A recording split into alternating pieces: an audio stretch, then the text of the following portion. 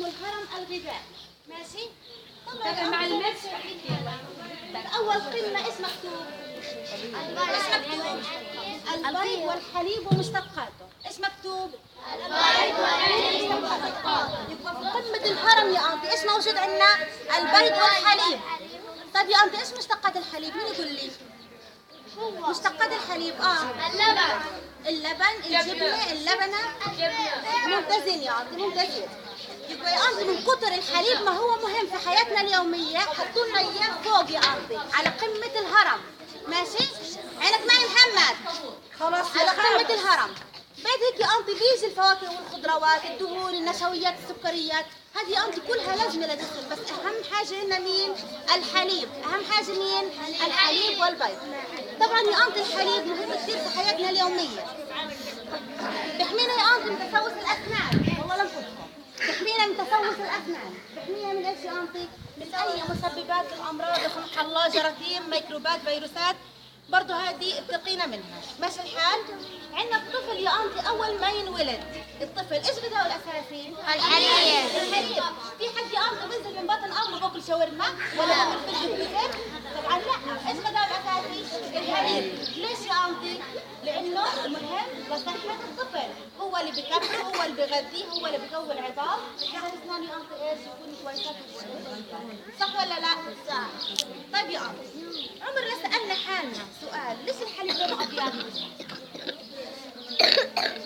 ايش لونه يا انتي الحليب؟ ابيض. عمرنا سالنا حالنا ليش الحليب لونه ابيض؟ لا. ليش يا انتي؟ ما بتعرف ليش الحليب لونه ابيض؟ لأنه طبيعي. شمسي البقرة؟ لا لأنه طبيعي. اقول لكم يا انتي ليش؟ عندنا الحليب يا انتي في ماده اسمها الكازين. شو اسمها؟ الكازين. ماده الكازين. هذه ماده الكازين لونها ابيض، وهذه برضه مادة الكازين اسمها بروتين الحليب، وبتكون غنية بإيش؟ بالكالسيوم. عنا يا أنتي لما الواحد بيشكي من وجع رجليه ولا من ظهره بيروح على دكتور العظام، صح؟ ايش بيحكي له الدكتور؟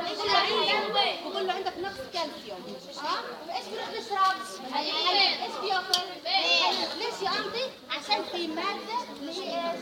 الكازين. هذه يا أنتي مادة الكازين اللي فيها كالسيوم اللي بيعطينا ايش؟ الطاقة والحيوية، وبيعطينا ايش؟ القوة. ماشي الحال؟ طيب يا أنتي في عندنا حليب كامل الدسم وعندنا حليب ايش؟ قليل الدسم. تسمع فيها ولا لا؟ طيب يا أنتي عندنا الحليب كامل الدسم يا أستاذ أنت، الحليب كامل الدسم زي ايش يا أنتي؟ القسطة، عارفينها ولا لا؟ عارفينها. لو جبنا علبة القسطة والحليب العادي مين اللي لونه أغمق؟ مين؟ القشطة. ليش يا أنتي؟ لأنه بحطوا عليها مادة إيش؟ عشان نخليه دسم، نخليه كامل الدسم، اللي هي إيش المادة اللي بنسميها؟ بنسميها كريمة الحليب. إيش بنسميها؟ كريمة الحليب. عشان هيك لما بدنا نيجي أنتي نشتري إحنا نجيب المفيد، الحليب العادي قليل الدسم، مش نجيب القشطة ونجيب الحليب المكثف، هذا أنتي كله مضر لصحتنا. الحين يا أنتي بسيبكم مع الأولاد يحكوا لكم باقي الفقرات، بتمنى إنكم تركزوا معاهم، ماشي؟ ومن غير أي كلام. يلا يا أنتي.